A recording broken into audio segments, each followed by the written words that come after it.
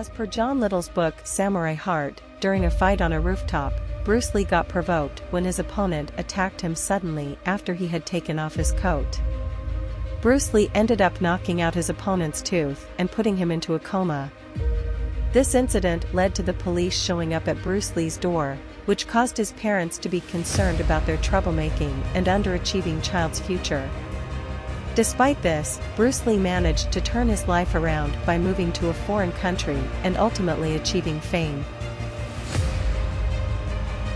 In April 1959, Bruce Lee departed from Hong Kong on the President Wilson ocean liner, bidding farewell to his loved ones and receiving a daily allowance of $100 from his mother.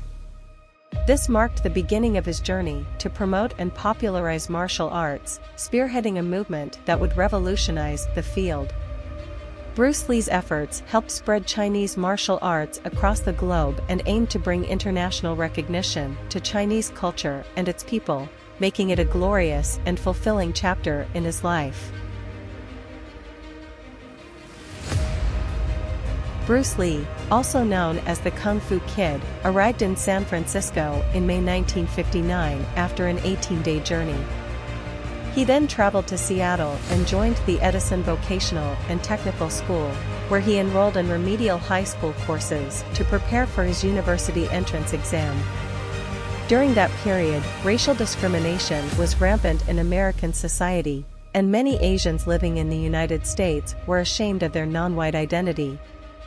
However, Bruce Lee took pride in being Chinese and practicing Chinese Kung Fu.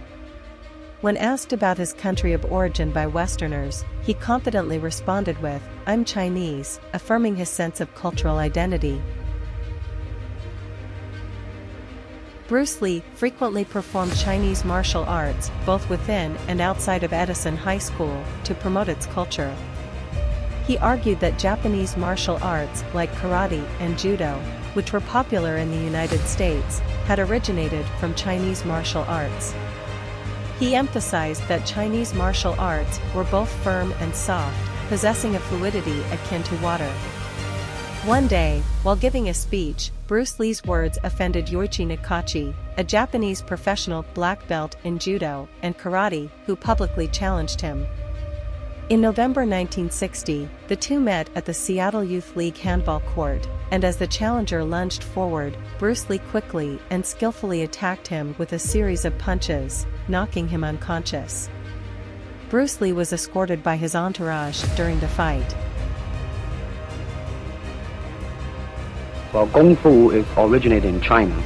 It is the ancestor of karate and jiu-jitsu. Because I do not believe in styles anymore. I mean, I do not believe that there is such thing as In March 1961, Bruce Lee, who had a reputation as a bad boy due to his repeated grades and expulsions from schools in Hong Kong, surprisingly gained admission to the University of Washington.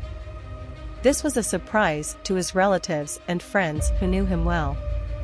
Initially, he pursued a degree in drama, but later he took courses in psychology and philosophy to aid his in-depth study of martial arts principles and advance his personal martial arts empire and life wisdom. These subjects provided an important spiritual source for Bruce Lee to understand how to liberate the mind, break through in martial arts, and promote the modernization of traditional martial arts. You better believe it, man. I mean, it's always the pigtail and bouncing around chop, you know, with the eyes slam and all that. In 1964, just before graduating from university, Bruce Lee was presented with a major opportunity that would launch his career in both martial arts and film. He had been preparing for this moment for some time. In August of that year, 23-year-old Bruce Lee was invited to showcase Chinese martial arts at the Long Beach International Karate Championships in the United States. His performance caught the attention of Hollywood stage professional Jay Sebring, who recommended him to 20th Century Fox Company. In 1965, Bruce Lee auditioned and entered the Hollywood film and television industry, earning various roles that involved martial arts both on and off screen.